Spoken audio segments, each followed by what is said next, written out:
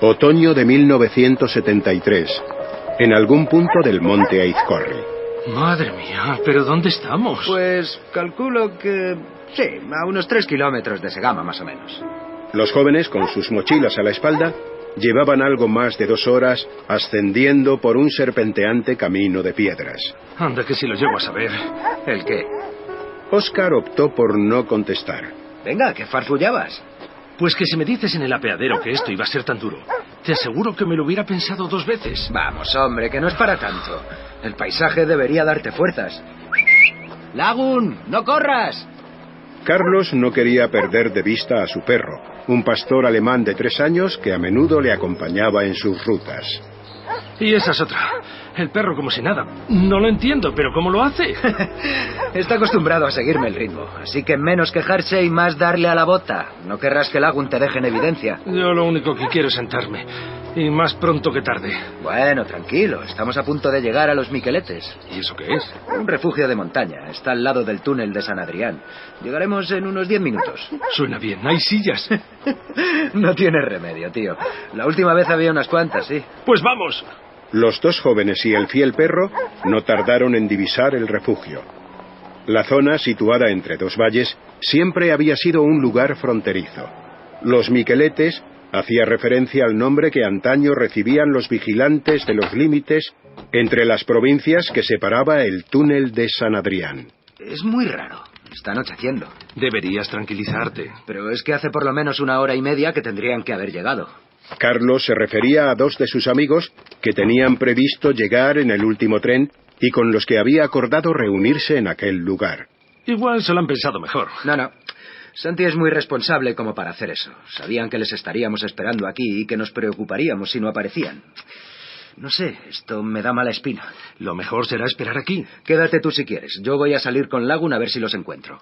Oscar se puso en pie de inmediato, impulsado por el más elemental de los instintos del ser humano, el miedo. ¿Qué dices? ¿Estás loco? No te preocupes. Me conozco estos montes como la palma de mi mano. ¿Me vas a dejar solo? Venga, no va a pasar nada. Si fueras tú el que estuviera ahí, seguro que querrías que alguien saliese en tu busca, ¿a que sí? No estaré fuera más que un par de horas. Más te vale, porque yo no sé cómo salir de aquí. Llévate la linterna. No hace falta, hay luna llena, se ve perfectamente. ¿Y tú eres el experto? O coges la linterna o no dejo que salgas por esa puerta. Vale. ¡Vamos, Lagun! Oscar observó cómo las 2 figuras, cuyos contornos se iluminaban tenuemente en la noche, avanzaban por la senda de la montaña hasta perderse de vista. El joven, temeroso, cerró la puerta de madera y la aseguró bloqueándola con una silla. Carlos avanzaba con paso firme. En el valle reinaba un absoluto silencio. Una calma que sin embargo se iba a romper en un instante. ¿Qué te pasa, chico? El perro se había detenido en un recodo del camino. Lagun miraba fijamente una zona de matorral. Lagun, ¿qué has visto, socio? Carlos alcanzó a distinguir cómo las ramas de unos arbustos cercanos se agitaban nerviosamente. Vale, ya lo veo. Hola, chicos, ¿sois vosotros? Venga, no me hagáis esto. El joven se agachó y tanteó el suelo en busca de una piedra. Con más temor que determinación, la lanzó con fuerza contra las ramas. ¡Oh, por Dios, qué susto! Te parecerá gracioso, ¿eh? Eres un alarmista. Ni que fuera la primera vez que ves un caballo. Anda, vamos. Bueno, ¿y ahora qué pasa? No recuerdo que haya ninguna torre de alta tensión por aquí cerca. Fue entonces cuando Carlos se dio cuenta de que hacía varios metros que estaba caminando solo. ¡Lagun! El perro se había quedado unos metros atrás. La tenue luz le permitió distinguirlo en un punto del camino. ¿Otra vez? ¿Qué estás viendo ahora? Vamos, chico. Lagun, no me hagas ir a por ti. El montañero volvió unos metros sobre sus pasos, hasta el lugar exacto donde Lagun permanecía inmóvil. Una sensación de pánico le atravesó el pecho, al descubrir que los ojos de su perro, siempre expresivos y chispeantes, habían dejado de reflejar la luna. En ellos solo había oscuridad. ¿Pero qué? Lagun, ¿qué te pasa? ¡Muévete, socio! ¡Lagun! El desconcierto se apoderó de Carlos al comprobar que su leal amigo se había convertido en una especie de estatua. Su mueca era rígida y no había en ella el más mínimo rastro de vida. Estaba petrificado. Carlos, Carlos, ¿eres tú? ¡Begoña! ¡Santi! ¡Carlos! ¡Nos hemos perdido! ¿Qué haces aquí? No lo sé. No sé qué le pasa a Lagun. No sé qué tiene. Habíamos salido a buscaros y de repente... La joven estudiante de veterinaria descolgó su mochila de inmediato. Carlos, pásame tu linterna. Espera, ni siquiera sé dónde la tengo. Con la luna llena se veía bastante bien. Espera, ¿qué luna llena? Ahora se ha cubierto, pero hasta hace 2 minutos el camino se veía perfectamente. Los jóvenes se miraron confundidos. ¿Qué os pasa? Carlos, no hay ninguna luna llena. Estamos en cuarto creciente. Nosotros hemos podido llegar hasta aquí alumbrándonos. ¿Pero qué dices? Te aseguro que... mira, ahí la tienes otra vez. Los montañeros alzaron su vista en la dirección donde Carlos apuntaba. Las nubes, moviéndose lentamente, dejaron a la vista una majestuosa esfera de luz, perfectamente redonda, que inundaba el monte con una suave luminosidad. Es imposible. De repente, la esfera comenzó a desplazarse hacia la izquierda de la bóveda celeste. Eso no es la luna. Un fogonazo de una luz intensa alcanzó de lleno a los 3 jóvenes, que quedaron momentáneamente cegados por el impacto. ¡Despertad! ¡Despertad! ¿Pero qué hacéis aquí, en mitad del camino? ¿Qué hora es? Las 7 y algo. Lagun apareció ladrando sobre las 5 en el refugio. Ha sido él el que me ha guiado hasta aquí. Pero, ¿dónde? Decidme que vosotros también la habéis visto. La luna. ¿Qué luna? ¿De qué habláis? Yo me refería al disco enorme. ¿Disco? Sí, era gigantesco, tío. Al principio creí que era un globo, pero giró 90 grados y salió disparado en aquella dirección. Era algo sólido, eso seguro. Empezó moviéndose muy despacio, pero al cabo de 1 minuto cogió velocidad. Venga, no me digáis que os lo habéis perdido, pero se ha sido hace un rato. ¿Lagun está bien? Perfectamente. ¿Por qué no habría de estarlo? Anda, que si no llega a ser por él, está hecho un valiente.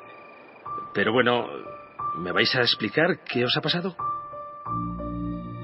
Ninguno de los 3 jóvenes quiso nunca volver a relatar lo que había sucedido aquella noche en el monte Aizcorri. Sabían que nadie creería un relato como el suyo. Carlos jamás regresó al lugar de su increíble encuentro con aquella extraña luminaria. Santi y Begoña, de mentes más bien escépticas, experimentaron un cambio radical en su postura ante el fenómeno ovni. Tan solo Lagun, el pastor alemán cuyas células se habían petrificado durante varios minutos en un proceso imposible, conocía con detalle lo que había ocurrido aquella madrugada. Sus ojos, cuentan quienes le conocieron, jamás volvieron a ser los mismos, porque solo él era el custodio del secreto de la noche de las 2 lunas. Siempre la idea de las dramatizaciones, aparte de que es algo sugerente, que no dé vueltas a la cabeza, ¿qué pasó en aquel tiempo perdido, entre comillas, con aquellos montañeros del monte Aizcorri?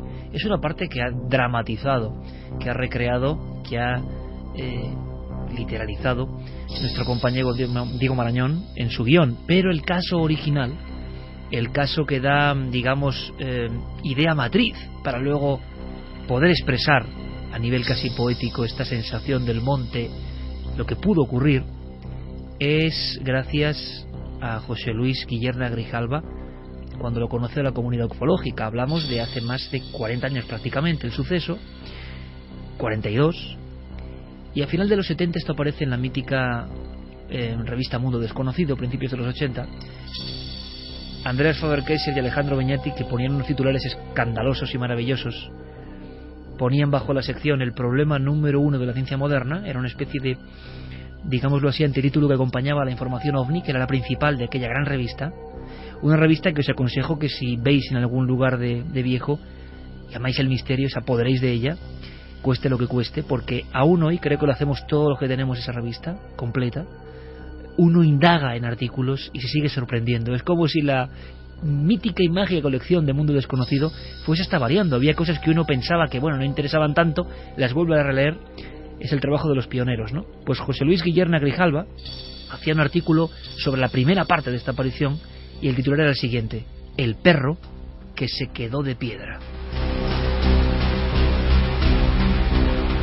Y es que este avezado investigador hizo otros reportajes como Cita en Álava, y como digo, ese final de los 70 fue en la zona del norte de España muy activa. Había muchos montañeros, sigue habiéndolos, ¿no? En el País Vasco hay una gran tradición, pero resulta que en aquel momento se juntaban dos cosas: esa afición puramente deportiva o lúdica, o filosofía de vida, y luego incluso se fue acrecentando con un interés de salir al monte a ver las estrellas y a ver si había algo más que las estrellas. El impacto de estos reportajes o los de JJ Benítez generaron un caldo de cultivo, creo que inimitable, y que quizá no vuelva nunca, ¿no? Surgieron los casos y las personas empezaron a hablar. Entre esas historias llegó la de Lagun, el perro, que no es el único, que se quedó de piedra. La historia de los ovnis, luces extrañas, lo que sea, nos habla muchas veces de efectos fisiológicos, y los perros han sido protagonistas muchas veces. Recuerdo ahora, no muy lejos de allí, en el año 81, en el mes de junio, un trabajador de la Caja de Ahorros de Vitoria, cerca del pueblo de Ajarte, llegando casi a Ochate, ve algo muy parecido a este caso, saca su cámara de fotos, pero justo antes se da cuenta de una señal, y es que su pequeña perrita se ha quedado como una estatua de piedra. En aquel reportaje, Guillerna, que tenemos en la mesa ahora mismo, decía textualmente lo siguiente, o más bien lo decía el testigo: cité al perro 2 o 3 veces más, con idéntico resultado. Entonces se me ocurrió agarrarle de la parte superior del cuello, donde la piel es más consistente, para tirar de él y que saliera de la posición de muestra. ¿Cuál no sería mi sorpresa al comprobar que aquello no era un perro? Era una estatua. No se notaba el tacto ni el pelo del animal. Todo era como una roca. Permanecía firme sobre sus 4 patas, con el hocico pegado a tierra. Intenté agarrarlo de nuevo, pero no podía. Normalmente, si me pellizco, por muy tenso que yo esté, siempre consigo agarrar mi piel, músculo, lo que sea. Pero al perro era imposible hacerle esto. Estaba totalmente duro. Entonces me asusté, pues vi que allí sucedía algo raro. Muchos casos donde los animales son los protagonistas de esta historia, pero pocos con esta historia tan gráfica, ¿no? El perro que se quedó de piedra. Yo decía, ¿qué ha pasado con este tipo de luminarias hoy? ¿Siguen apareciendo? ¿Siguen existiendo? Hay un mito muy extendido, que tenemos móviles, tenemos vídeos, tenemos capacidad de grabación, y como que ellos, sea lo que sean, ese fenómeno ha perdido importancia, ha perdido vigencia. Le he encargado a Carmen que haga una cosa que me puede parecer interesante, y quizá vosotros también. En un solo día, en las últimas horas, si uno vaga por el mundo, porque claro, la información es tan amplia que hemos perdido perspectiva. Vamos a los mismos sitios, buscamos las mismas noticias, somos presos de la misma cárcel virtual, creyéndonos libres, al final hacemos recorridos muy similares. Pero ¿qué está pasando en el mundo en un día en cuanto a los ovnis?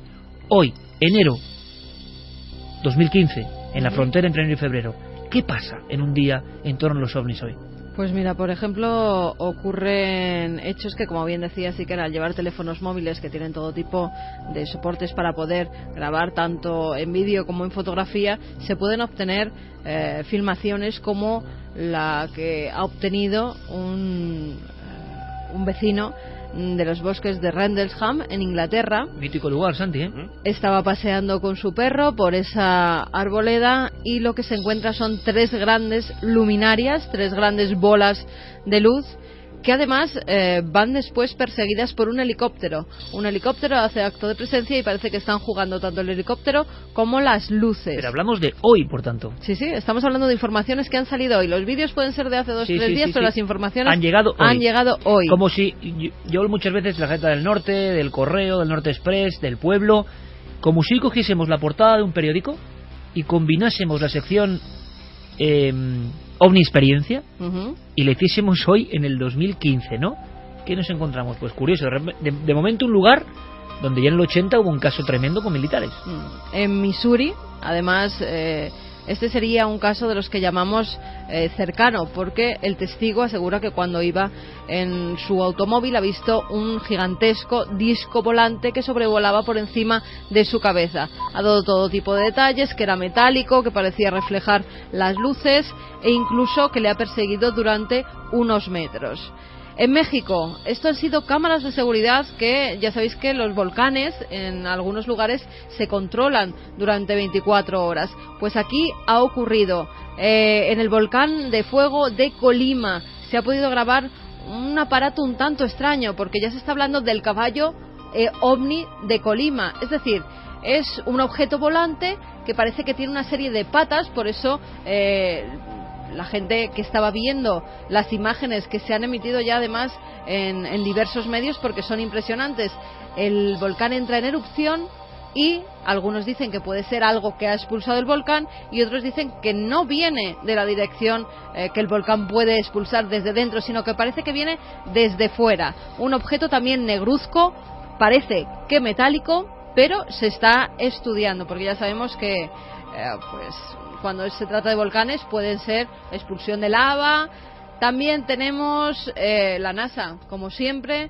Hay un asteroide, el B686-2004, que, bueno, pues los ufólogos están un tanto enfadados con la NASA porque han dicho que las imágenes que se han emitido parecía que llevaba un rombo al lado de este asteroide, y lo que ha dicho la NASA es que puede ser una luna del asteroide, que hay muchos asteroides que tienen una luna, 2 y 3 incluso a su alrededor, y que esta puede ser una de ellas. Se ve perfectamente que es una especie de puntito romboidal que hay junto al asteroide.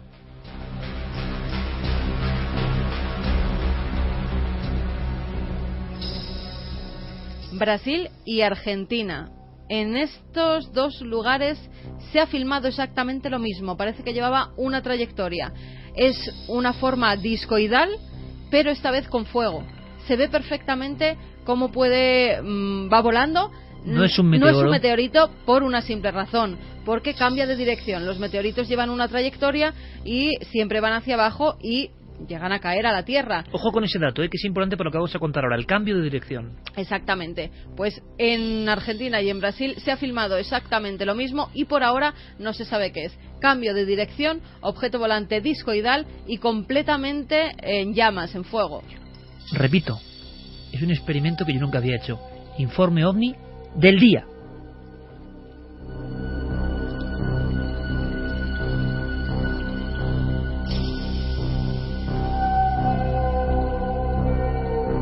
Por tanto, casos destacados en prensa, con filmaciones, con elementos gráficos, casos cercanos: Missouri, Reino Unido, Rendlesham, México, Brasil, Argentina. Hay que preguntarse, por tanto, y me gustaría abrir el debate, por lo menos escuchar a nuestros amigos y escucharos a vosotros. Y esta misma noche, ¿por qué no una noche cualquiera, como siempre digo, esta misma noche, en algún páramo de España, en alguna montaña elevada del norte, como ocurrió en el monte Izcorri, en algún lugar de costa, en algunas dehesas, por ejemplo en Extremadura o Salamanca, en las marismas, donde tantas veces han surcado ese terreno pantanoso las luces, mitad disco, mitad imaginación popular, en lugares donde el folclore es muy fuerte, adquieren otro significado. Esta misma noche, sin que nosotros nos demos cuenta, esta noche de frío, todos con nuestros móviles, tabletas, creyendo controlar el mundo, y quizá más cerca de lo que pensamos, al otro lado de los tabiques de piedra, al otro lado del cortijo del caserío, ¿podrán estar de nuevo danzando estas extrañas luces? No sé qué penséis del experimento, me gustaría saberlo, ¿eh? En las vías de contacto, ya sabéis, todos preparados. Los ovnis, hay como una especie de mito que se repite en torno a ellos. ya nos han dado por imposibles, sea lo que sean. Ya no se aparecen tanto. Y sin embargo tenemos más medios que nunca. Bueno, pero... Quieren hablar Santi y Javi. Hablad. Mira, quizá la clave esté en todos esos medios de los que tú hablabas. A lo mejor no es que el fenómeno sea esquivo, a lo mejor es que somos nosotros los que estamos dejándolo de lado. Quizá esos medios que nos servirían para grabarlo, para difundir el fenómeno, para tener más pruebas que nunca de él, lo que hace es servirnos de estímulo para alejar nuestra mirada del cielo. De hecho, cuando uno quiere mirar Marte, ya no mira al cielo en busca de Marte, teclea en Google dónde está ese planeta, o busca una aplicación que le diga o que le indique dónde está ese planeta, la distancia que hay a la Tierra, todos los datos que uno necesita saber. De alguna forma hemos perdido un poco ese romanticismo de mirar al cielo por esa frialdad tan objetiva de mirar a la pantalla de nuestros ordenadores. A mí eso me ha gustado, me ha gustado. Sí, además la grandeza del experimento que ha hecho Carmen es que hemos cogido el día de hoy absolutamente. No estaba mal la idea, ¿verdad, Santi? No está nada mal, pero desde luego los ovnis no nos han abandonado.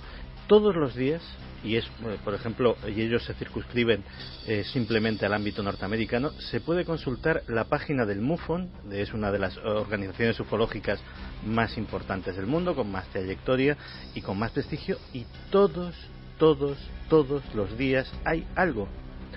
La tengo delante. Hoy efectivamente estaba el caso de Missouri, que decía Carmen. O sea, se complementa con la prensa y el archivo ufológico, porque por lógica del archivo ufológico uno se puede tener más reticencia, ¿no? Pero cuando salen en prensa quiere decir que ha sido algo muy sonado, ¿no? Efectivamente. Pero el 28 teníamos uno en Luisiana, y el 27 otro en Tennessee, y el 26 uno en California.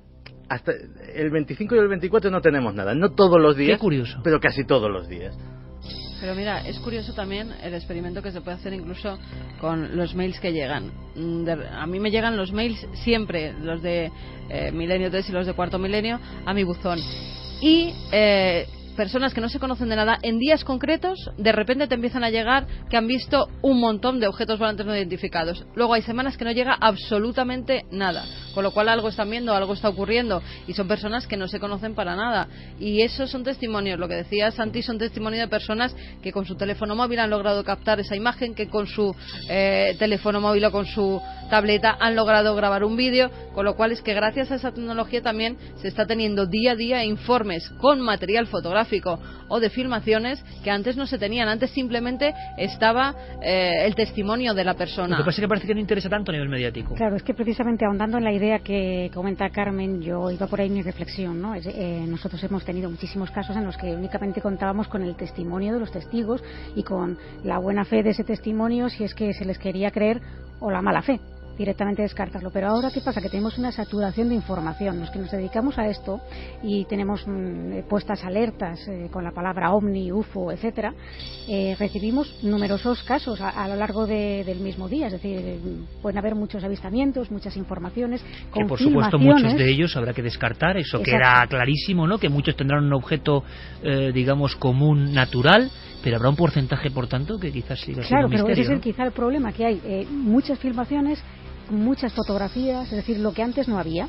¿Y qué ocurre? Que son a veces tan estrafalarias las informaciones que llegan, por ejemplo, como esta del volcán, ¿no? Que parece difícil creer que un objeto pueda acercarse tanto a un volcán que está en erupción, ¿no?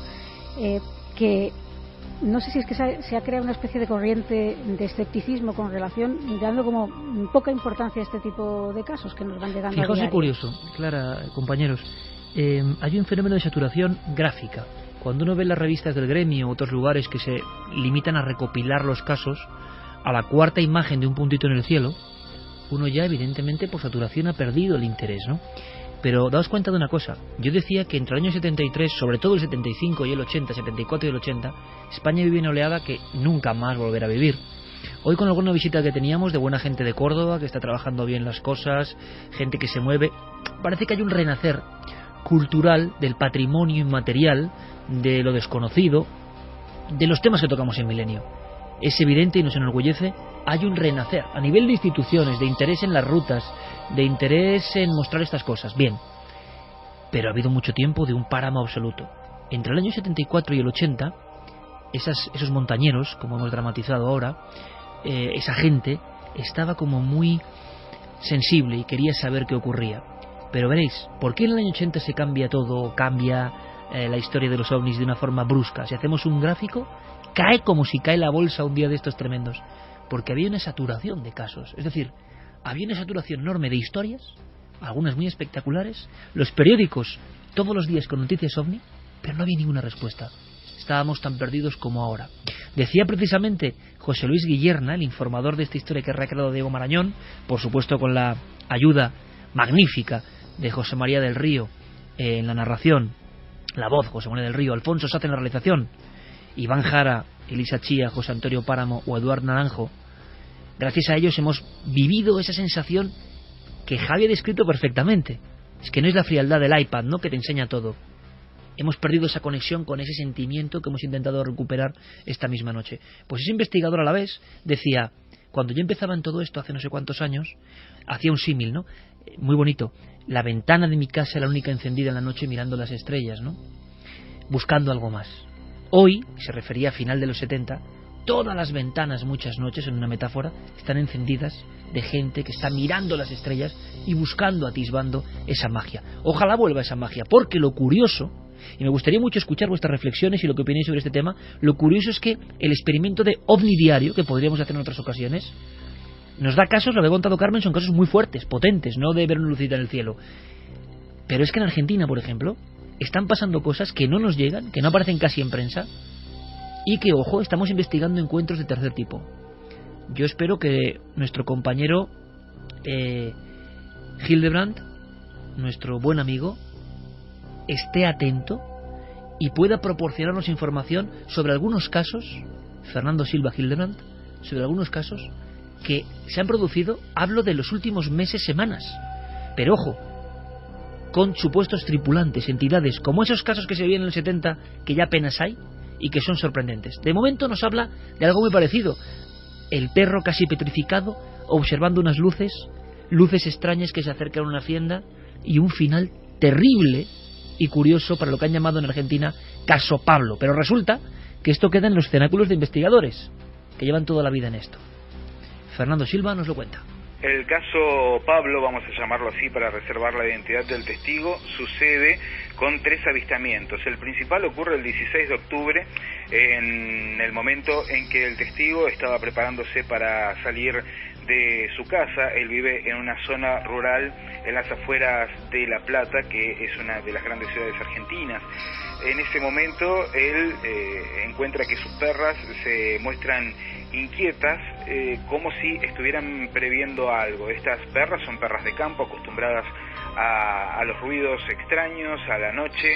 Esto sucede sobre las 8 de la noche, hora argentina, y entonces él mira por la ventana y ve una luz increíble que variaba del naranja a rojo. Esto, por supuesto, le provoca un estado de estupor, un estado de miedo.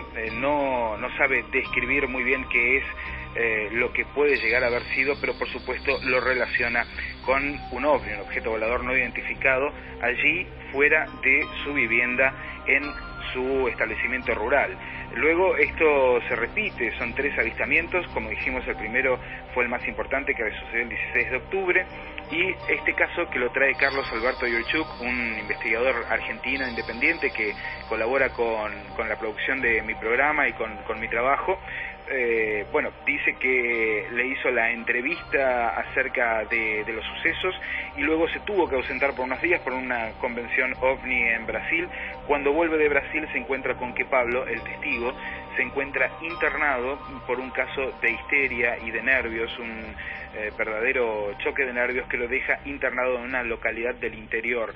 La familia, específicamente el padre, habla con el investigador argentino Carlos Alberto Yurchuk, le narra esta situación y le comenta que los casos de luces siguieron sucediéndose en la ausencia del investigador. Hasta la fecha no se ha podido comunicar con esta persona por encontrarse en este estado y está esperando poder hacerlo para poder ampliar este caso y conocer un poco más acerca de qué es lo que pasó para que Pablo, este productor rural de la zona de La Plata, quede internado en medio de la histeria y del pánico.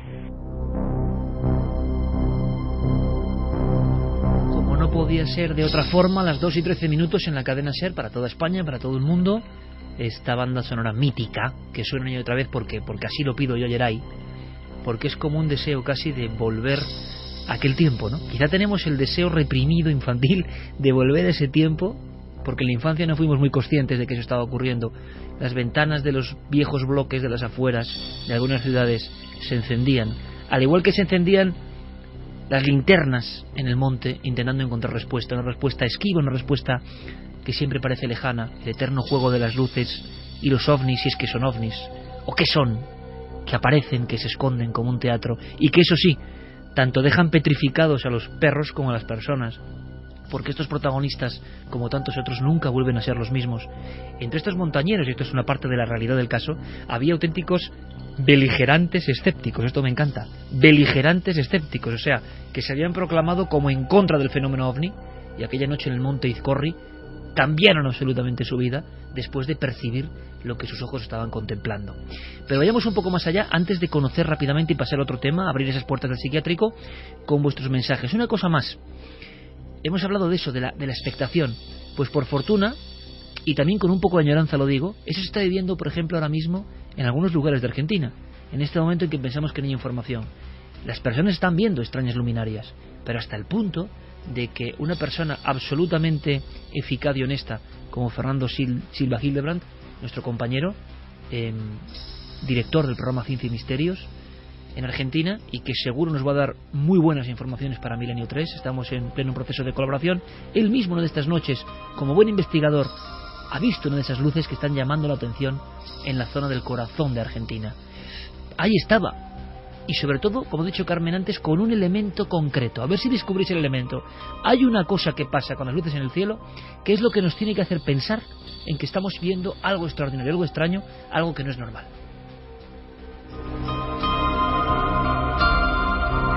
De este año 2015, luminarias que se han visto sobre la ciudad de Santa Rosa, capital de la provincia de La Pampa, y que a primera vista parecen ser la Estación Espacial Internacional por la magnitud de la luz, pero luego toman muchísima más luminosidad. Uno de los testigos lo comparaba con las luces delanteras de un avión, las luces de aterrizaje de un avión cuando se encienden, pero el punto importante es que estas luminarias de pronto cambian su trayectoria de manera brusca en el aire, haciendo ángulos de entre 45 y 90 grados, lo que descarta que sean satélites. En mi caso particular me ha tocado ver uno hace aproximadamente semana y media en el patio de mi casa, mirando las estrellas, aproximadamente a las 21:30 horas, que ya está anocheciendo.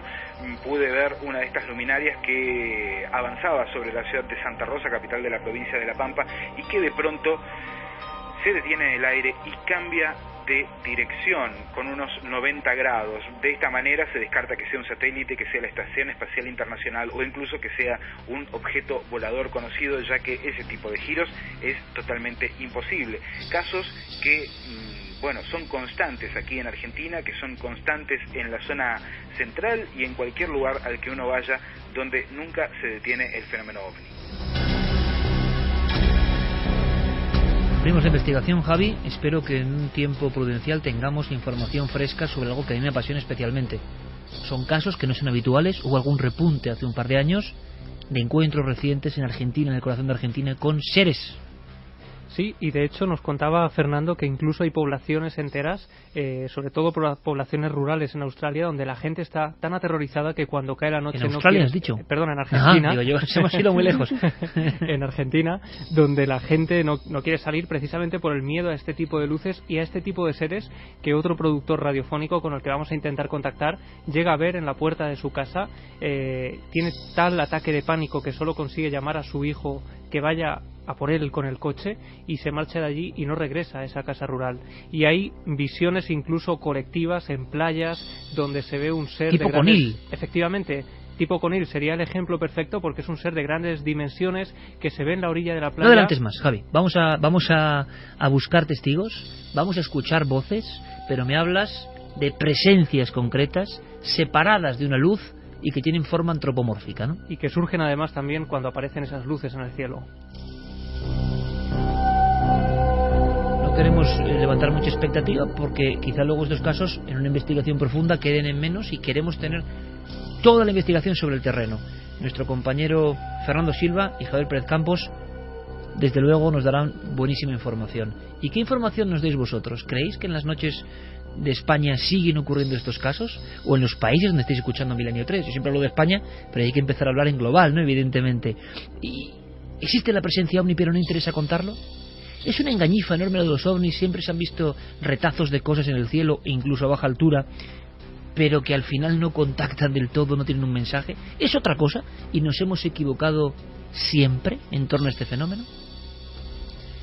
Pues bueno, hay todo tipo de opiniones. Nora dice: estas noticias provocan sentimiento de vulnerabilidad e inquietud. Un buen mecanismo de defensa es la ignorancia. David Zae: espero que pueda estar aún entre los vivos el día que estos seres contacten públicamente con nosotros. Hispana Guerrera dice: quizá hasta los pilotos de los ovnis nos hayan dado por perdidos y se hayan desinteresado.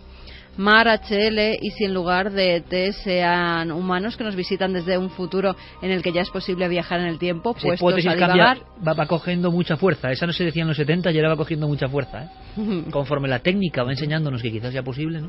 Special K: me gusta escuchar casos actuales de ovnis, ojalá, como en otros tiempos, sección de ufología en prensa general. Lucky Grung: sea lo que sea, no parece que sea natural. El Cuervo: esas luces son armas militares. No sería la primera vez que los militares nos muestran esas imágenes para ver cómo reaccionamos. Johnny Moreno: un familiar cercano mío fue testigo del ovni en Canarias en marzo de 1979. Sí. Nunca habló con la prensa. 5 de marzo. Antonio Rubio: ¿os acordáis de aquel volcán impronunciable de México de la temporada pasada? Pasa igual que con este volcán nuevo. Popocatépetl.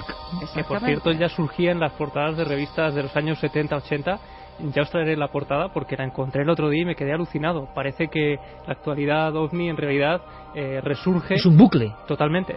Ya el volcán Popocatépetl, que hemos sacado por lo menos 2 o 3 filmaciones, que yo no sé qué explicación pueden tener, son fragmentos de algo, pero de objetos que parece que salen de la caldera, ya era protagonista de historia. Fue portada, además, creo que la revista es Contacto Extraterrestre. Sí, que claro, es, claro. Mexicana, además. Sí. Y allí aparecían portadas los ovnis del volcán Popocatépetl. Y de hecho esas imágenes se parecían muchísimo a estos cilindros que veíamos surgir hace escasos meses. Antes de las cámaras filmadoras del lugar. Estaban las fotografías de los testigos in situ. Pues eso está muy bien, ¿eh? Porque en los últimos tiempos las cámaras de vigilancia... Y ya se habla de bases ovni, ¿no?, en los volcanes. Bueno, se habla de todo, porque a veces también recibes información. El problema de las filmaciones, las de México, por ejemplo, en el volcán, es que algunas de ellas no eran que saliera del volcán, sino que entraban en el volcán, que era lo extraño. Suena un poco raro, pero lo que sí es extraño es que las grabaciones, podemos pensar, y hemos analizado todo eso con la visión del hombre digital de hoy en día, con los amigos de imagen, que es... ¿Qué puede pasar en esta imagen que parece que hay algo? Y Javi acaba de dar una cuestión muy interesante, que es que mucho antes de esas cámaras digitales enfocando al volcán, resulta que lo que se veía era lo mismo, porque era un problema enorme que hay, Carmen lo sabe bien con las fotos, es que mucha gente manda fotos de ovnis, pero que no están viendo el ovni. Eso es muy importante. Fotografía algo y sale un ovni, entonces ya se rebaja el nivel de interés enormemente, porque no es lo mismo estar viendo el ovni y fotografiarlo. Os prometemos no abandonar el tema. No te creas que se rebaja, porque algunos ovnis que Guillermo León fotográficamente no ha sabido explicar era porque estaban haciendo una fotografía en un paisaje cualquiera y justo detrás, no se sabe por qué, volando aparece eternos ovnis invisibles, pero que hay pocas historias. No, invisibles no, que no te estás fijando en ese momento, que no estás estaban mirando físicamente. Exactamente. Bueno, eso también, pero que muchas veces es un efecto que parece de la propia tecnología, ¿no? Y ahora nos desnudamos de tecnología y vemos que en los años 70 en ese mismo volcán pasaban cosas. Os ofreceremos toda la información de lo que está ocurriendo y por supuesto esta misma noche, si alguien ve algo, estamos dispuestos a dar todos los datos. Vamos a marcharnos rápidamente, si os parece, a otro lugar. Un lugar que no es agradable, un lugar que no es nada agradable, desde luego. La pesadilla eterna es que tú estés perfectamente sano y que por algún motivo te metan. Esto ha ocurrido muchas veces, ¿eh? En un psiquiátrico de los de antes, en un manicomio. Bueno, ya los de ahora. Bueno, han cambiado mucho las cosas. Pero si tú no estás enfermo y oyes a las personas que verdaderamente están enfermas, pues te puede provocar un sentido de nerviosismo a ti. Pero imagínate antiguamente, cuando los métodos, lo cuenta muchas veces el doctor Cabrera, eran como eran. Dice el doctor Cabrera, hijo de psiquiatra, claro, que era la única forma, que era lo más humanitario, aunque hay toda una corriente, y tú, Santi, lo sabes bien, en la conspiración, ¿verdad?, en contra de la psiquiatría, es decir, como una gran amenaza para la humanidad, ¿verdad? Hay mucha gente que hace campaña, como el que hace contra los chemtrails, contra la manipulación en los alimentos. Esto es curioso porque no lo hemos hablado y da para un tema, la conspiración de la psiquiatría. Yo no lo digo, lo dicen los conspiranoicos. Deberíamos hablar incluso de dónde viene el origen de esa campaña, porque curiosamente esa campaña, y se han gastado muchísimo dinero, viene sobre todo de la Iglesia de la Cienciología. La Iglesia de la Cienciología lleva décadas haciendo campaña de la psiquiatría como tortura mental. Y de ahí surge tantos miles de vídeos virales sobre... Y de exposiciones físicas. Yo he acudido a una. En contra de la psiquiatría como gran amenaza para la humanidad. Sí, además una exposición que se hizo en pleno barrio de Salamanca, en un edificio bastante caro de alquilar. Qué curioso, porque me ha llamado mucho la atención, ¿no? Hay conspiraciones como de vanguardia, que siempre están ahí, pero hay una, y si uno indaga ve enseguida los vídeos y... La conspiración del dominio mental, prácticamente, ¿no? Con una serie de pautas. Bien, el eterno terror, claro, yo me refería, pues imagínate a los psiquiátricos o manicomios de principios de siglo, o a los que ya retrató Goya, pero lo contaba muy bien la película El intercambio, ¿os acordáis? Qué terrible era aquella mujer, caso real, que le devolvieron un hijo desaparecido que no era su hijo y le hacían creer que era su hijo. Angelina Jolie entrando dentro del psiquiátrico. Es que ahora nosotros, y si nos acompañáis, aunque sea de visita, entramos en un viejo psiquiátrico.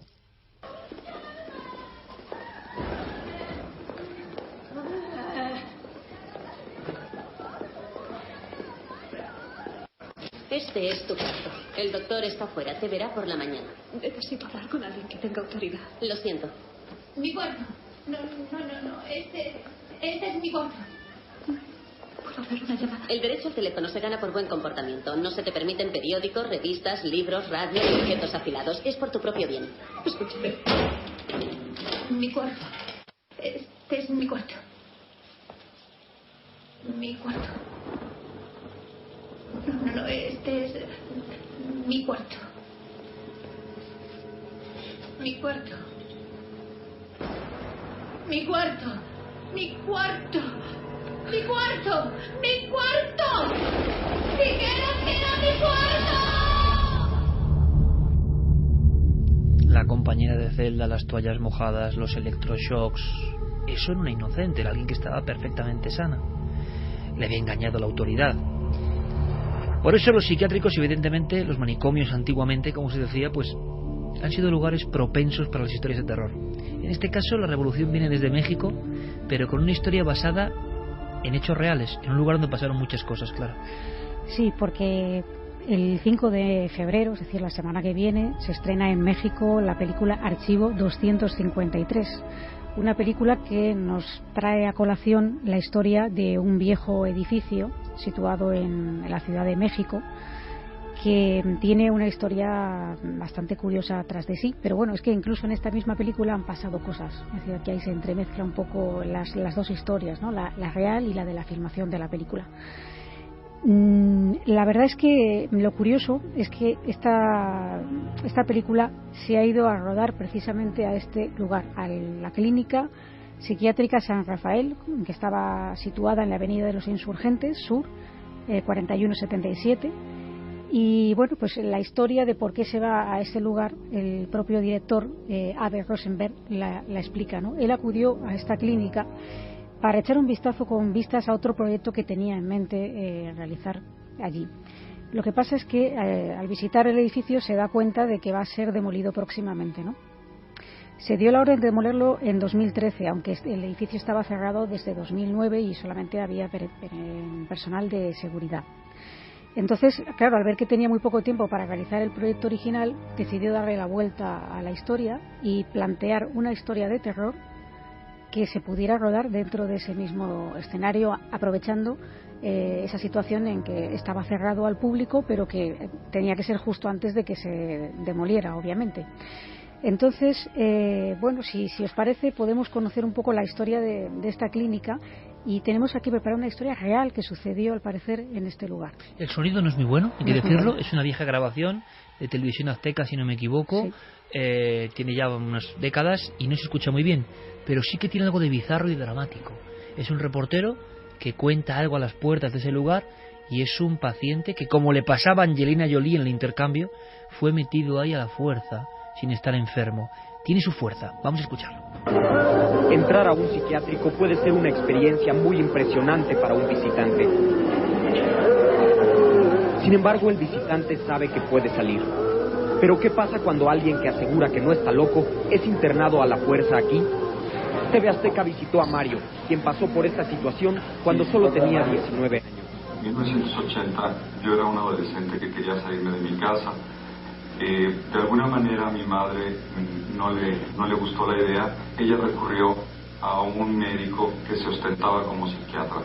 Este médico, sin conocerme, sin haberme visto siquiera, me diagnostica enfermo mental. A solicitud de la madre, los médicos irrumpieron una noche en casa de Mario. Lo sedaron y se lo llevaron a la fuerza a la clínica San Rafael. Cuando despertó, Mario estaba amagado en una Bartolina. Según cuenta, allí recibió un tratamiento que apaciguaría su rebeldía. 20 sesiones de electrochoques en un periodo de 38 días y 7 días de gasoterapia. Con esto Mario olvidó hasta su nombre, y si bien se tranquilizó, terminó terriblemente dañado física y moralmente. Entré en estados de depresión, entré en estados de suicidio, yo me quería matar porque ya no resolvía nada. Mi cerebro, como era de adolescente de 19 años, había quedado como de 10.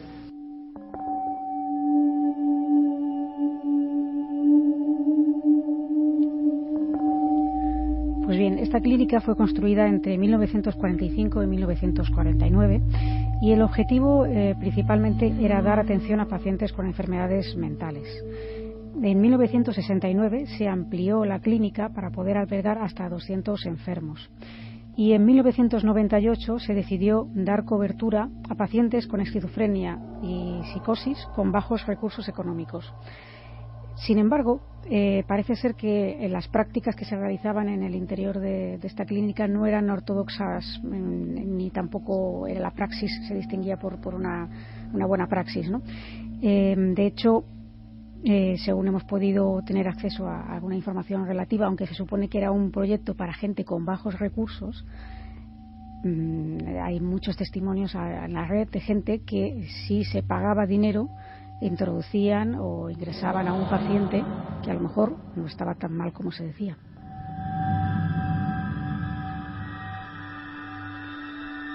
El proyecto estaba financiado con fondos mexicanos y franceses, bajo la dirección de médicos especialistas del Hospital Santa Ana de París y de la institución Monte Albán de México. Y como decimos, pese a las buenas intenciones que en inicio tenía, fue protagonista esta clínica de numerosos escándalos que incluían el maltrato a los pacientes, algunos de los cuales habían sido, como decimos, internados en contra de su voluntad, como hemos escuchado incluso en este testimonio. ¿Me estás contando, Clara, que había familias, vamos a ver, que se estilaba, entre comillas, el hecho del el rebelde de la familia, o por cualquier otra circunstancia, lo ingresamos aquí a la fuerza? Saben los médicos que están allí que esto está ocurriendo, pero a cambio de una mordida, de un dinero, aceptan que eso se convierta casi en una cárcel para ese individuo, ¿no? Sí, al menos esto es lo que se ha rumoreado fuertemente a lo largo del tiempo. Lo que ha dado fama a este lugar. Exacto.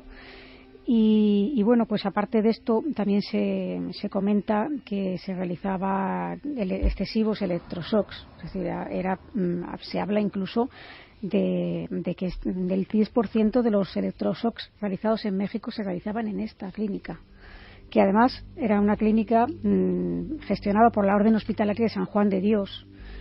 Y bueno, pues parece ser que gracias a la opinión pública, a numerosos testimonios que se fueron destapando, a reportajes tanto en televisión como en prensa, pues de repente en 2009 fue cerrada al público sin que se dieran demasiadas explicaciones, un poco por la puerta de atrás. Y en 2013 es cuando se ordena la demolición, y es cuando el director de esta película se interesa por el lugar. Da la impresión, Clara, a esta altura de la historia, que es una especie de boom como el que ocurre en España con los bebés robados, ¿no? Es una historia larvada durante generaciones, está pasando, y el escándalo de repente salta por una comunicación en la prensa, y entonces se empiezan a tomar medidas. Hablamos de ayer mismo, 2009. ¿Qué ocurre? ¿El director se interesa por este sitio? Sí, se interesa por este lugar porque además no solamente, aparte de la historia terrorífica en cuanto al trato humano que se daba a las personas allí ingresadas, no contento con eso, este lugar tiene, a partir de que se cierra al público, es decir, antes de la demolición, pero bueno, hay un servicio de seguridad, se empiezan a comentar cosas en petit comité que van al final saliendo a la luz pública, ¿no? Por ejemplo, el personal de vigilancia denunciaba que sucedían fenómenos extraños en el interior del edificio, como por ejemplo la aparición de presuntamente espectros vestidos o tanto a veces como si fueran enfermeros del lugar y otras veces como si fueran pacientes que vagaban por el inmueble. Otras veces se escuchaban, por ejemplo, el sonido de movimiento de muebles que parece que se arrastraran, ¿no? Algo que es muy frecuente también en los casos de presuntas casas encantadas. La audición de gritos en lugares donde no había nadie y cosas por el estilo que tenían un poco atemorizados a los vigilantes. Así pues, se inicia el proceso de producción de la película, que dura 3 meses, y al final consiguen un permiso de 15 días para rodar en el interior de la clínica, una cosa que es muy acelerada, ¿no? Y precisamente por esto, el 90% de las escenas de esta película se han rodado de noche.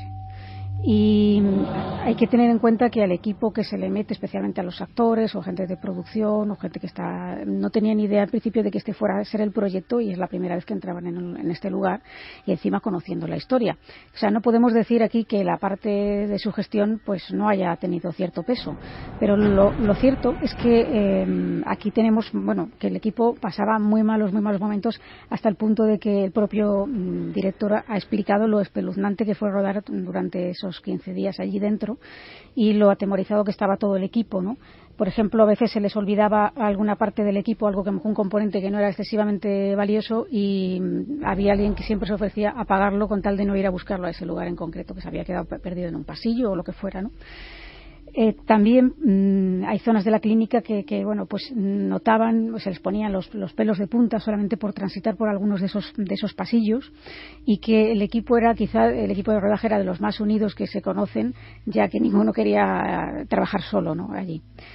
Durante un recorrido nocturno por el viejo hospital, algunos de los miembros dijeron que no querían volver a trabajar de noche, que lo pasaban muy mal, porque habían escuchado, por ejemplo, el ruido de un mueble como caía y después de caer se arrastraba varios metros. Como os pasó a vosotros en Navamoral, por ejemplo, en la comisaría de policía. Pues me has quitado el pensamiento de la mente, porque estaba yo precisamente acordándome de esto, ¿no? Que fue un poco... Gran estruendo, grabado incluso, un mueble pesado que se arrastra donde no hay nadie y ¡pum! Como una señal, quizá una advertencia que no sabemos interpretar bien, ¿no? Escuchamos un sonido, pero igual es una advertencia de algo, ¿no? Pues no lo sabemos, pero lo cierto es que estos sonidos se van a poder escuchar muy pronto en Cuarto Milenio, porque precisamente hemos estado haciendo nuestra criba de grabaciones, y esos estruendos que nosotros no oímos sí quedaron grabados.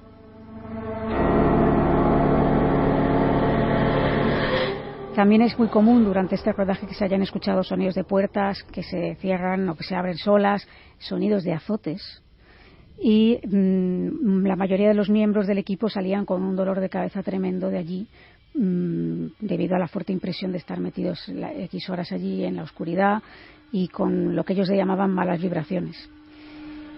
El propio director opina que en un lugar que ha habido tanto sufrimiento y tanto dolor, algo residual puede haber quedado en el inmueble. Y una de las actrices, concretamente Ana Ceti, por ejemplo, sufrió un bajón emocional en un momento determinado del rodaje, porque encontraron unos expedientes, y entre ellos pues había un expediente con unos dibujos y unas pruebas médicas que correspondían a una persona que había asesinado a sus padres, y esto pues le produjo tan malestar que dijo que ya no quería seguir filmando. Es más, en otro de los pasillos, uno de los actores se topó con una sombra muy alta que también, pues claro, decía lo mismo, que él sinceramente no quería... Llega a ver la figura. Llega a ver la figura, y el propio director ha contado que al final de uno de los pasillos se cerró una puerta sola delante de sus narices, y él mismo salió corriendo más de 400 metros, y cuando le comentó a la gente de seguridad que estaba en la clínica lo que le había ocurrido en esa zona en concreto, le decían que eso era muy, muy común, y que curiosamente en esa zona no había ventanas ni corrientes de aire. 2:38, muchos pensarán, bueno, puede ser una argucia, ¿no?, en el aspecto hoy en día de publicitar un film, de intentar echar carne en el asador, pero es curioso porque lo que cuentan tampoco es tan espectacular, sino que más bien es como un equipo le ha pasado, que ha ocurrido en España también, francamente mal, sin ver grandes cosas, hombre, de la sombra sí, pero de inventar te inventas otras cosas, ¿no? Que has llegado a ver todo tipo de historias para promocionar tu film. Sin embargo, aquí el testimonio es bonito. ¿En qué sentido? Un grupo, y sabemos lo que es la producción cinematográfica o televisiva, han estado con ese perpetuo dolor y mala vibración por estar en uno de estos sitios. Yo estoy recordando ahora la sensación que estabas contando, seguro que lo he contado más de una vez, cuando estuvimos en los sótanos de Carabanchel, donde estuvo el Garrote Vil, y donde estaban las celdas, donde ha habido más de un ajusticiado. Yo nunca he tenido esa sensación de pesadumbre, de desconexión absoluta y de mala vibración. Pocas veces. No era una cuestión fantasmagórica. Era una cuestión que parece que hay lugares que de verdad han dejado como si fuera gelatina, ¿no? La densidad del tiempo. Puede ser algo parecido. La película se llama Archivo. Archivo 253. Santi, tienes que hacer ese viaje, ¿eh? Por la historia esta de la campaña, no sé si es real o no, ahí ya lo dejo en tu mano, de convertir la psiquiatría y la experimentación psiquiátrica en una especie de amenaza al nivel de las grandes conspiraciones. Pues lo haremos, y déjame que te cuente una cosa que me ha venido a la mente después de lo que ha contado Clara. Hace un par de años tuve ocasión de conocer a Jon Ronson, uno de los grandes del periodismo de investigación actual, de The Guardian, y me contó una historia. ¿Tú crees que a día de hoy puede pasar eso de que un inocente quede en un hospital penitenciario? En un hospital psiquiátrico penitenciario. Si un hospital normal ya de por sí es chungo, hablando mal y pronto, imagínate lo que tiene que ser un psiquiátrico penitenciario como el de Broadmoor en Inglaterra. Tú me preguntas a mí si creo que es posible. ¿Tú crees que es posible? Perfectamente. Pues él conoció a Tony.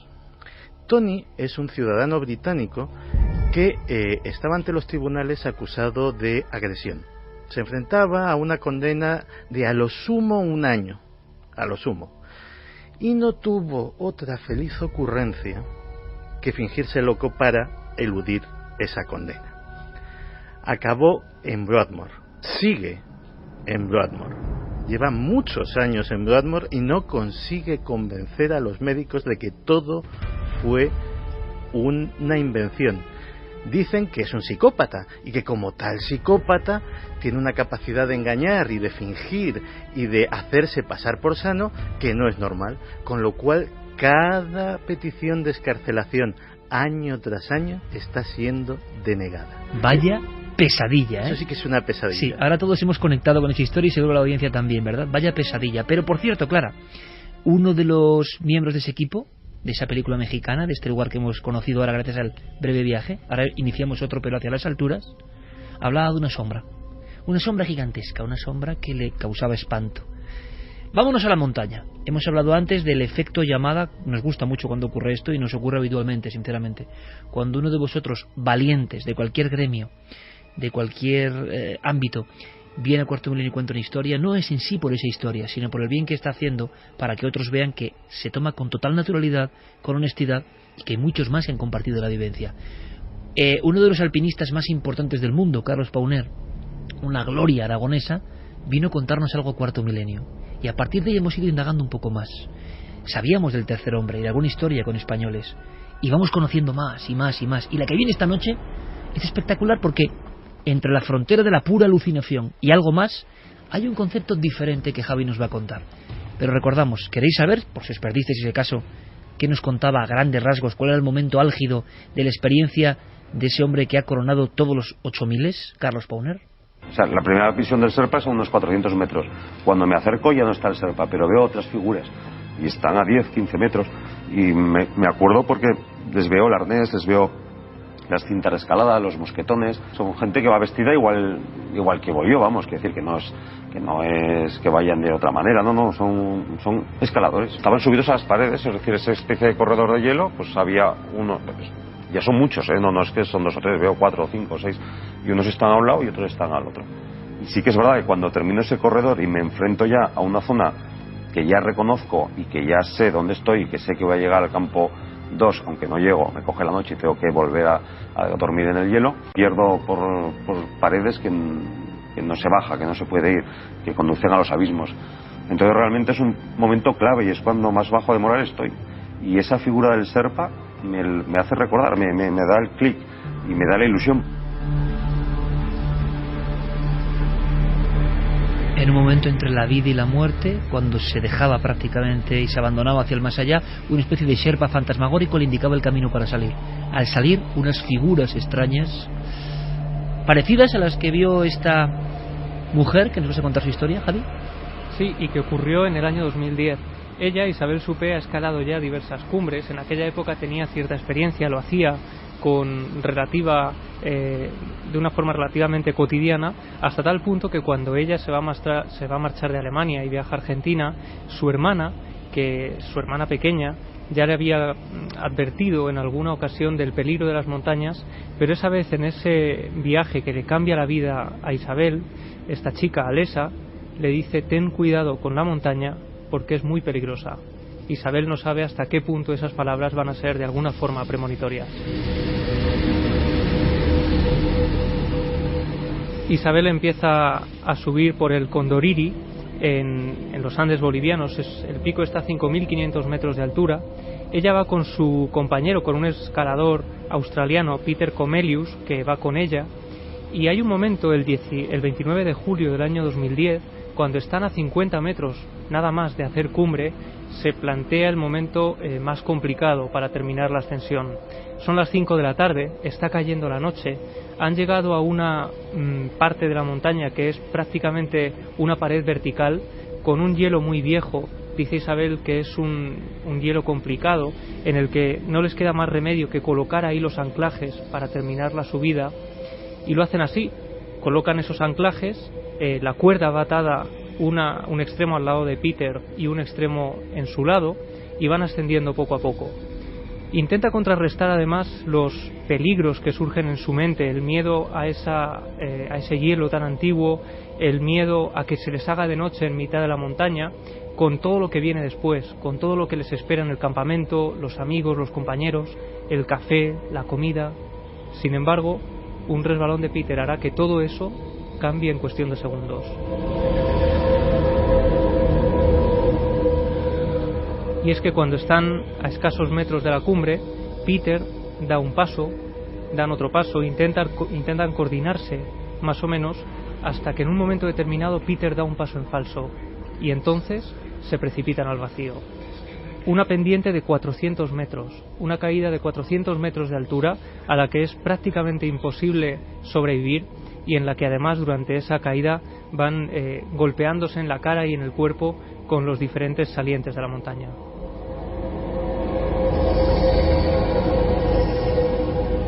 Y en cuestión de segundos el cuerpo de Isabel y el cuerpo de su compañero Peter impacta contra el suelo. Es un choque brutal, y Isabel nos recuerda perfectamente cómo esa caída de 400 metros fue como un tiempo que no terminaba nunca.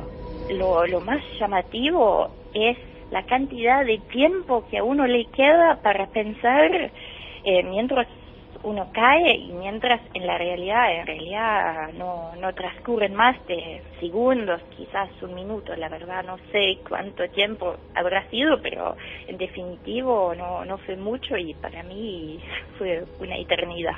En la caída por poco me arranco el pie, y si bien no lo arranqué totalmente, quedó muy mal herido, más que un dolor, la sensación más impresionante que habré tenido en toda mi vida, lo cual en una situación así sería una condena a muerte.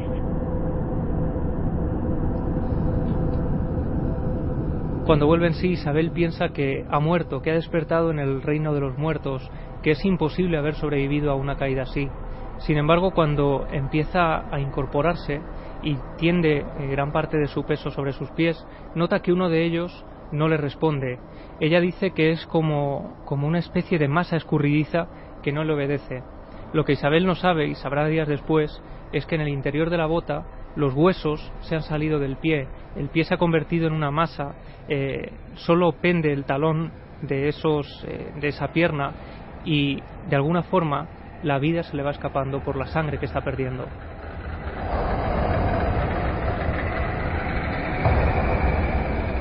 Y a su lado su compañero Peter está tendido en el suelo, él no ha tenido la misma suerte, grita desesperado, pide auxilio, pide ayuda, pero en su caso no consigue sobrevivir. Al cabo de un tiempo Peter acaba muriendo en mitad de la nieve. Pero Isabel sabe que tiene que hacer todo lo posible por salvar su vida. En un principio cree que los compañeros de rescate llegarán al día siguiente a auxiliarla y que solo tiene que esperar unas horas hasta que amanezca y poder hacer unas señales. Lo que ocurre es que la primera noche, en mitad de esa oscuridad completa y absoluta, aparecen unas figuras que no deberían estar allí. Veía primero figuras que venían acercándose, cargando todo lo necesario para armar la carpa, y sobre todo bolsas de dormir y té. Y durante un primer momento me llenaban de esperanza y después me generaban una frustración inmensa.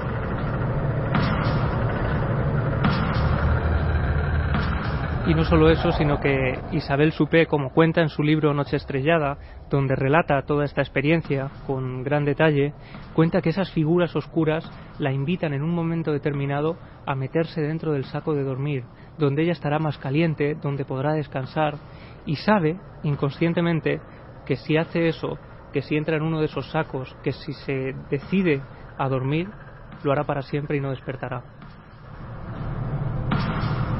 Esto es muy curioso porque ahora revisaba el testimonio de Carlos Pauner, y Carlos Pauner, antes de la aparición de esas figuras encaramadas en el hielo, ¿sabéis lo que contaba? Que una voz que le escuchaba, le decía: descansa, duerme, déjate llevar, no merece la pena el sufrimiento. Alguien, él mismo, está dejándose vencer. Hay una especie de voz interna o externa, no lo sé, que te obliga, por la decisión que sea, a abandonarte. Es curioso porque es lo mismo.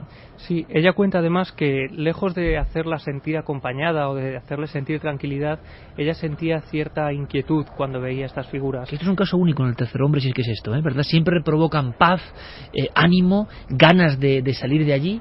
Y este caso nos sorprende porque le produce una gran angustia a la visión. Claro, porque a su vez, cuando estas figuras de pronto desaparecían, igual que habían aparecido de manera repentina, lo que producían en ella era una total desesperanza. Ella llegaba a confundirlos, lo veía de forma tan nítida, aunque después se debate sobre si pudo ser real o era una simple alucinación por el shock, pero ella llegó a plantearse que pudieran ser sus amigos o sus compañeros que estaban intentando llegar a saludarla y ayudarla, pero allí desaparecían de pronto cuando estaban a escasos metros. El segundo día, cuando Isabel se da cuenta de que los compañeros no llegan, decide seguir adelante e intentar acercarse a la cima de la montaña para poder hacer señas a sus compañeros. Y lo hace intentando saltar todavía más barreras que hay por el camino, sobrevivir. Con el pie destrozado. Con el pie destrozado, y de hecho ya cuenta cómo en un momento determinado, cuando tiene que saltar una especie de barrera natural, al levantar el pie, de dentro de la bota surge borbotones de sangre muy roja que a ella le hacen ver que es algo muy grave, algo tan grave como para que la muda y todo lo que lleva dentro no haya absorbido esa cantidad de sangre. Hasta tal punto incluso ella dice que es sangre arterial y que su vida pende de un hilo por completo en ese momento. Así que consigue arrastrarse cada vez más asustada por todo lo que está viendo. Además no puede hacerse un torniquete, necesita su pie para continuar en esa aventura por vivir, y entonces idea un sistema para no quedarse dormida, porque ella cree que en cualquier momento puede ocurrir y eso la llevaría irremediablemente a la muerte. Coloca un bastón, uno de sus bastones, en la nieve y coloca en él su cabeza. Y es entonces cuando empieza a dar cabezadas y a luchar por seguir despierta. Hay un momento determinado, ya en la segunda noche, los compañeros no llegan, y entonces ella, una vez más, empieza a ver una pequeña luz a lo lejos que va acercándose lentamente. Y cuando me despertaba y volvía a ver el filo, veía unas figuras que caminaban por el filo, y eran figuras así como uno vería en circunstancias normales a una figura humana lejana que se viene acercando por un filo de montaña con la única iluminación de las estrellas, solo que después se iban deformando porque les crecían las piernas y los brazos. Ella desangrándose, sea shock o no, o el shock le provoca una visión de algo real, yo no lo sé. Ve unas figuras por el filo de la montaña, mira que he escuchado cosas, por el filo de la montaña, esta pobre mujer que está desangrándose, van unas figuras que va viendo cómo se deforman los brazos y los pies, las piernas y los brazos. Y en ocasiones van incluso en comitiva. Ella los ve en principio uno a uno, solitarios, caminando por el filo de la montaña, pero después llega a ver a varios de ellos juntos y acercándose a ella, deformándose poco a poco. Pero los ve estando despierta. Y lo que ocurre es que en un momento determinado ella ya empieza incluso a retrotraerse a momentos felices de su vida. Eso que dicen de que cuando estás a punto de morir, tu vida pasa por delante de tus ojos y recuerdas los momentos más felices. Pues eso empieza a ocurrirle a ella, empieza a recordar cosas que le gustaban en vida, cosas que le encantaban, todo en la soledad de esa montaña. Sin embargo, las figuras continúan surgiendo en la lejanía, en la soledad de ese lugar, acercándose a ella y transmitiéndole esa sensación de inseguridad. Vamos a escuchar de nuevo a Isabel relatándonos por qué estas figuras le producían esa desesperanza. En los momentos de lucidez empecé a pensar en estas alucinaciones como una especie de imagen enemiga, porque me daba cuenta que la esperanza que ellos me infundían me agotaba, o sea, la esperanza y la frustración que seguía esos momentos de esperanza, sobre todo al principio, cuando a cada vez que veía una figura trataba de incorporarme, de pararme sobre mi pie bueno y hasta les hacía señales de luz y gritaba, y todo eso me hacía gastar el poco calor que me quedaba y me agotaba.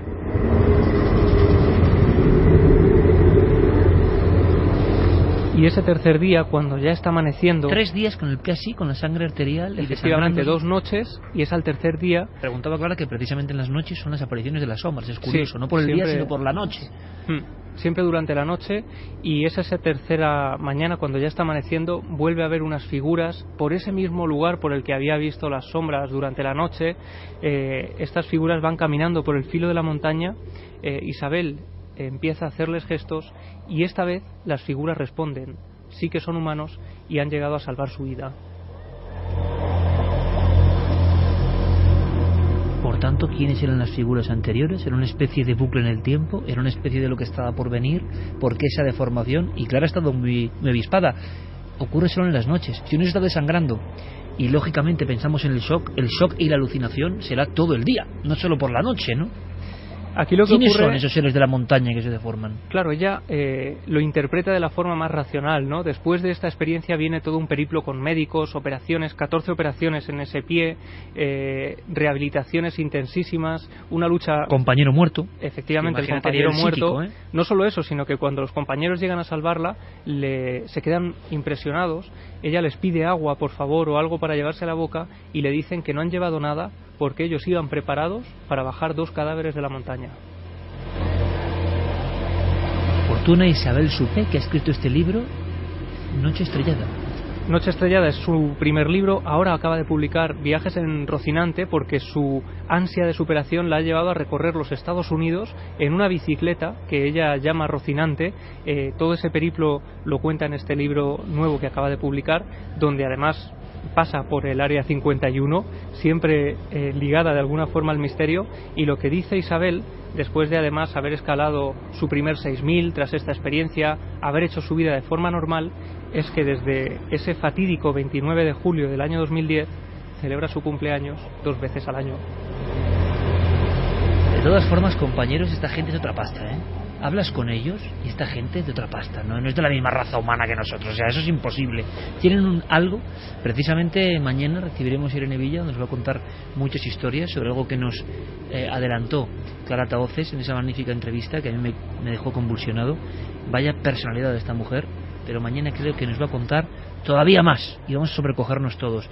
Este afán de superación, alguien que ha estado en esa frontera tan delgada de la vida y la muerte y que se convierte en alguien que se pone a dar la vuelta al mundo en bicicleta, o sea, le surge algo de dentro, que cómo se domina ese algo, ¿no? Mientras otros nos ahogamos en un vaso de agua, digo el público en general, yo mismo, ¿no? Cualquiera, hay personas que en el más profundo abismo renacen, ¿no? Pero por otro lado, y hablando del misterio, ella veía a unas figuras por el filo que se iban deformando. Hablamos de Bolivia, la cordillera boliviana. No olvidemos nunca que en Bolivia, y yo conozco en parte ese país, el Apu, el guardián de la montaña, puede cobrar forma. Una de las formas que tenía era una especie de caronte de las montañas, y era una sombra, la sombra, como le conocen en Perú y en Bolivia, que bajaba de la montaña como una especie de ser serpenteante, forma un tanto extendida, y recogía a los muertos para llevárselos. Hay todo tipo de... Hay hasta algún tratado antropológico increíble de encuentros con la sombra a este nivel en Perú y en Bolivia. Las montañas no son solo piedras, sino que están sus guardianes, ¿no? Quizás hasta las mentes más escépticas, en un momento de corte o de shock, ¿no?, hipovolémico en este caso, son capaces de ver esa dimensión. Decir que son alucinaciones, pues es dejarlo todo a un lado y no preocuparse. Gracias, Javi, por la investigación. Sorprendente el caso, estremecedor. Como siempre digo, ahora llega la hora del estremecimiento más real y más auténtico, con las noticias, la información que trae nuestro compañero Carlos Cala. Todos atentos en la cadena SER, y enseguida vamos con muchas más historias. Carlos, todo tuyo.